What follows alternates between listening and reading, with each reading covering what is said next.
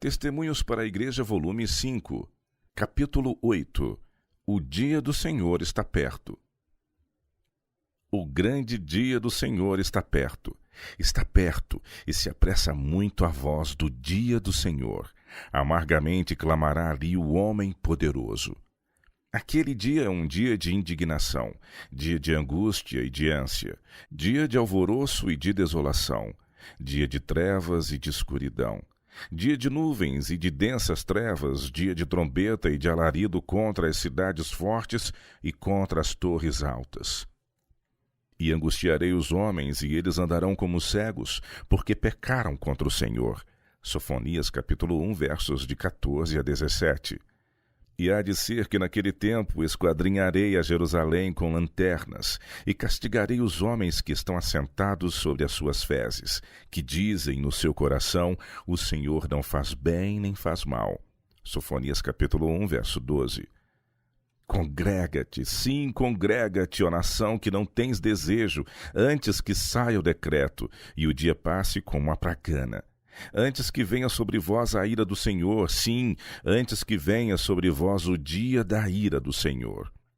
Buscai ao Senhor, vós todos os mansos da terra, que pondes por obra o seu juízo. Buscai a justiça, buscai a mansidão. Porventura sereis escondidos no dia da ira do Senhor. Sofonias capítulo 2, versos de 1 a 3. Estamos perto do final dos tempos. Foi-me mostrado que os juízos de Deus já estão caindo sobre a terra. O Senhor nos advertiu quanto aos acontecimentos que estão prestes a ocorrer. Luz irradia de sua palavra. Contudo, as trevas cobrem a terra e densa escuridão os povos. Quando disserem, há paz e segurança, então lhes sobrevirá repentina destruição, e de modo nenhum escaparão. 1 Tessalonicenses capítulo 5, verso 3. É nosso dever inquirir a causa de tão terríveis trevas, a fim de podermos evitar os caminhos pelos quais os homens acalentaram tão grande ilusão. Deus deu ao mundo uma oportunidade de conhecer e de obedecer à sua vontade. Deu-lhe em sua palavra a luz da verdade e lhe enviou advertências, conselhos e exortações, mas poucos obedecerão à sua voz. Como a nação judaica, a maioria dos cristãos professos se gloria de suas superiores vantagens, porém não se mostra grata a Deus por essas grandes bênçãos. Por causa de sua graça infinita, uma última mensagem de advertência é enviada ao mundo, anunciando que Cristo está às portas e chamando a atenção para a desprezada lei divina. Mas, como os antediluvianos rejeitaram com zombaria a advertência de Noé, assim os amantes dos prazeres hoje em dia hão de rejeitar a mensagem dos fiéis servos de Deus. O mundo segue o seu curso inalterado, absorvido como sempre em seus negócios e prazeres, enquanto a ira divina está prestes a ser derramada sobre os transgressores de sua lei. Nosso compassivo Redentor, prevendo os perigos que haveriam de cercar seus seguidores neste tempo, lhes dirige esta admoestação especial. Olhai por vós, não aconteça que os vossos corações se carreguem de glutonaria, de embriaguez e dos cuidados da vida, e venha sobre vós de improviso aquele dia. Porque virá como um laço sobre todos os que habitam na face de toda a terra. Vigiai, pois, em todo o tempo, orando para que sejais havidos por dignos de evitar todas estas coisas que hão de acontecer e de estar em pé diante do Filho do Homem. Lucas, capítulo 21, versos de 34 a 36. Se a Igreja tomar um caminho idêntico ao do mundo, virá a partilhar da mesma sorte. Ainda mais, como recebeu maior luz, seu castigo será maior do que o dos impenitentes. Nós, como povo, professamos possuir mais verdades do que qualquer outro na terra. Neste caso, nossa conduta e caráter devem também corresponder à nossa profissão. Está próximo o dia em que os justos, qual semente preciosa, hão de ser ajuntados para os celeiros celestiais, enquanto os ímpios, à semelhança do joio, o serão para o fogo do grande dia. Mas o trigo e o joio deverão crescer ambos juntos até a ceifa. Mateus capítulo 13, verso 30. No desempenho de seus deveres cotidianos, os justos hão de estar até o fim, em contato com os ímpios. Os filhos da luz estão espalhados entre os das trevas, para que o contraste salte aos olhos de todos. É assim que os filhos de Deus devem anunciar as virtudes daquele que vos chamou das trevas para a sua maravilhosa luz. 1 Pedro, capítulo 2, verso 9. O amor divino ardendo em seu coração, a harmonia à semelhança de Cristo manifestada em sua vida, será como um vislumbre do céu concedido aos homens do mundo, para que possam apreciar sua excelência. Os semelhantes se atraem mutuamente. Os que beberem da mesma fonte de bênçãos hão de unir-se entre si. A verdade, habitando no coração dos crentes, há de conduzir a uma abençoada e feliz unificação. Deste modo, a oração de Cristo pedindo que seus discípulos fossem um, como ele o é com o Pai, será atendida. Por essa unidade espiritual, toda pessoa verdadeiramente convertida há de suspirar. Entre os ímpios, porém, há de prevalecer uma harmonia ilusória, que só em parte encobrirá a perpétua discórdia. Achar-se-ão unidos na sua oposição à vontade e à verdade divinas, mas quanto ao mais estarão divididos pelo ódio, emulação, inveja e contenda mortal. O metal precioso e o comum estão agora de tal modo misturados que somente o olhar perscrutador do infinito Deus pode com certeza discernir entre um e outro. Mas o ímã moral da santidade e verdade há de atrair e reunir o metal puro, ao mesmo tempo que repelirá a escória e o falso. O dia do Senhor está perto, e se apressa muito. Sofonias 1:14. Onde está, porém, o verdadeiro espírito do advento? Quem se está preparando para subsistir neste tempo de tentação que se acha iminente? O povo a quem Deus confiou as sagradas, solenes e probantes verdades para este tempo está dormindo em seu posto. Por seu procedimento, diz: tenho a verdade, rico sou e estou enriquecido, e de nada tenho falta. Ao passo que a testemunha verdadeira o adverte: não sabes que és um desgraçado e miserável, e pobre e cego e nu. Apocalipse capítulo 3, verso 17. Com que fidelidade retratam essas palavras a presente condição da igreja. Não sabes que és desgraçado e miserável, e pobre e cego e nu. Pelos servos do Senhor são transmitidas mensagens de advertência ditadas pelo Espírito Santo e descobertos defeitos de caráter aos que se têm desviado. Eles, entretanto, dizem: isto não se aplica ao meu caso. Recuso a mensagem que me transmites. Estou fazendo o melhor que posso. Creio na verdade. Aquele mau servo que em seu coração diz: meu Senhor tarde virá, Mateus 24:48, professa estar esperando a Cristo. É um servo que só aparentemente se dedica ao serviço de Deus, enquanto no coração se entregou a Satanás. Diferente dos escarnecedores, não nega abertamente a verdade, mas pela conduta revela o desejo que sente de que a vinda do Senhor se dilate. O orgulho torna-o descuidado em relação aos interesses eternos, adota as máximas do mundo e se conforma às suas práticas e costumes. O egoísmo, o orgulho e as ambições mundanas nele predominam. Temendo que seus irmãos lhe levem alguma vantagem, deprecia seus esforços e contestam as suas razões. Desse modo, espanca seus conservos. A proporção que se vai alienando do povo de Deus une-se mais aos ímpios. É achado comendo e bebendo com os ébrios. Mateus 24, verso 49. Associando-se com o mundo cujo espírito compartilha. Dessa maneira, é embalado numa segurança carnal e vencido pela negligência, indiferença e ociosidade. A causa propriamente dita do mal foi a negligência da vigilância e da oração secreta, a que sucedeu naturalmente a negligência de outros deveres religiosos, sendo assim preparado o caminho para todos os pecados subsequentes. Cada cristão é assediado pelas seduções do mundo, pelas solicitações da natureza carnal e por tentações diretas de Satanás. Ninguém está livre dessas coisas. Não importa qual tenha sido a nossa experiência, não importa quão elevada a nossa posição, precisamos vigiar e orar continuamente. Temos de ser diariamente guiados pelo Espírito de Deus, ou havemos de ser dirigidos por Satanás. As instruções do Salvador aos discípulos foram dadas em benefício de seus seguidores de todos os tempos.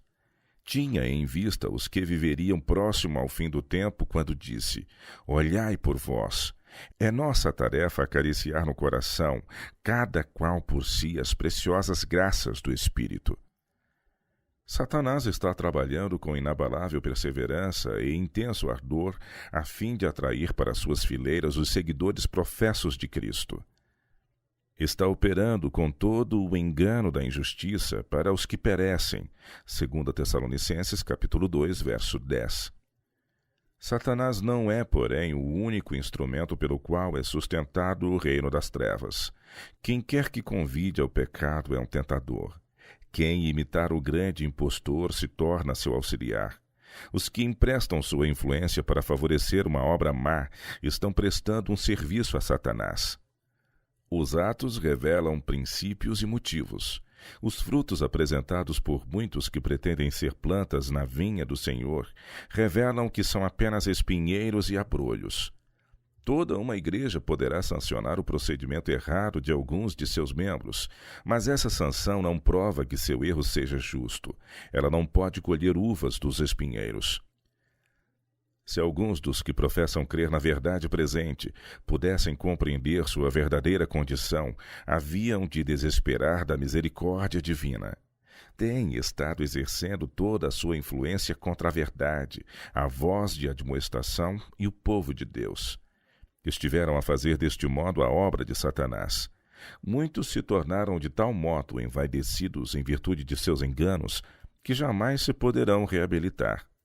Semelhante estado de apostasia não pode prevalecer sem acarretar a ruína de muitas pessoas. A Igreja tem recebido advertências e mais advertências. Os deveres que tem e os perigos que corre o povo de Deus foram claramente expostos. Entretanto, o elemento mundano está nela agindo fortemente.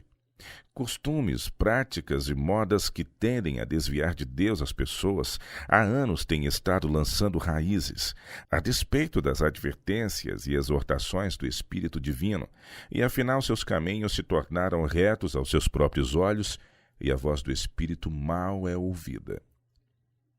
Ninguém pode prever até onde se embrenhará no pecado quando uma vez se tiver rendido ao poder do grande enganador. Satanás penetrou em Judas Iscariotes e induziu-o a trair seu Senhor. Induziu Ananias e Safira a mentir ao Espírito Santo. Os que não estiverem inteiramente consagrados a Deus podem ser levados a fazer a obra de Satanás, ao passo que se jactam de estar fazendo a obra de Cristo. Irmãos e irmãs, eu os exorto. Examinai-vos a vós mesmos, se permaneceis na fé. Provai-vos a vós mesmos. 2 Coríntios, capítulo 13, verso 5. A fim de conservar o calor e a pureza do amor de Cristo, vocês precisam de constante suprimento da graça divina. Têm feito todos os esforços para que a vossa caridade abunde mais e mais, para que aproveis as coisas excelentes, cheios de frutos de justiça, que são por Jesus Cristo, para a glória e louvor de Deus. Filipenses capítulo 1, versos de 9 a 11. Muitos que deviam tomar atitude decisiva ao lado da justiça e da verdade manifestaram fraqueza e indecisão que incentivaram os assaltos de Satanás. Os que deixam de crescer na graça, não se esforçando por atingir o mais alto padrão da perfeição divina, serão vencidos. O mundo é para os cristãos um país de estrangeiros e inimigos. Se não se revestirem da armadura de Deus e usarem a palavra do Espírito, serão vencidos pelas potências das trevas. A fé de todos há de ser testada. Todos deverão ser provados como o ouro o é pelo fogo. A Igreja se compõe de homens e mulheres imperfeitos e cheios de fraquezas, que necessitam da prática constante do amor e da contemplação. Entretanto, faz tempo que reina uma atmosfera de mornidão espiritual. Penetrou na igreja um espírito mundano, seguido por frieza recíproca, acusações mútuas, maldades, contendas e iniquidade. Se fossem pregados menos sermões por parte de homens não consagrados no coração e na vida, e se mais tempo fosse devotado a humilhar a alma diante de Deus, haveria esperança de que o Senhor acudisse em seu auxílio, a fim de sará-los da sua apostasia. Muitas das pregações destes últimos tempos produzem uma falsa segurança. Os mais importantes interesses da causa de Deus não podem ser sabiamente tratados pelos que mantêm tão pouca real ligação com Ele, como o têm feito alguns de nossos pastores. Confiar a obra a tais pessoas seria o mesmo que entregar a crianças o comando de grandes navios no mar. Pessoas destituídas de sabedoria divina e do poder vivificante de Deus não são competentes para conduzir a nau do Evangelho por entre obstáculos e tempestades. A Igreja está atravessando um período de sérios conflitos, mas, a despeito do perigo, muitos estariam dispostos a confiar sua direção a pessoas que certamente a fariam afundar. Necessitamos agora de um piloto a bordo, pois estamos nos aproximando do porto. Como um povo, devemos ser a luz do mundo. Mas quantos são como as virgens loucas, que não levaram azeite nos vasos com suas lâmpadas? Oxalá o Senhor, abundante em misericórdia e cheio de perdão, tenha piedade de nós e nos salve, para que não venhamos a partilhar a sorte dos ímpios. Neste tempo de lutas e provações, precisamos de todo o apoio e consolação que podemos obter de princípios justos, convicções religiosas estabelecidas, certeza íntima do amor de Cristo e rica experiência nas coisas divinas. Só chegaremos à estatura perfeita de homens e mulheres em Cristo Jesus como resultado de um crescimento constante na graça divina. Oh, que poderei eu dizer a fim de lhes abrir os olhos cegados e iluminar o entendimento espiritual? O pecado deve ser crucificado. Uma transformação moral completa tem de ser operada pelo Espírito Divino. Devemos compenetrar-nos do amor de Deus e ter fé viva e perseverante, que é o ouro provado pelo fogo. Só o podemos obter de Cristo. Todo o que sincera e diligentemente buscar essas coisas, tornar-se-á participante da natureza divina. Seu coração se encherá de ardente desejo de conhecer a plenitude do amor que sobrepuja todo o entendimento. À proporção que for crescendo na vida espiritual, será mais perfeitamente capaz de compreender as elevadas e enobrecedoras verdades da Palavra de Deus, até que pela contemplação seja transformado e se torne apto a refletir a semelhança de seu Salvador.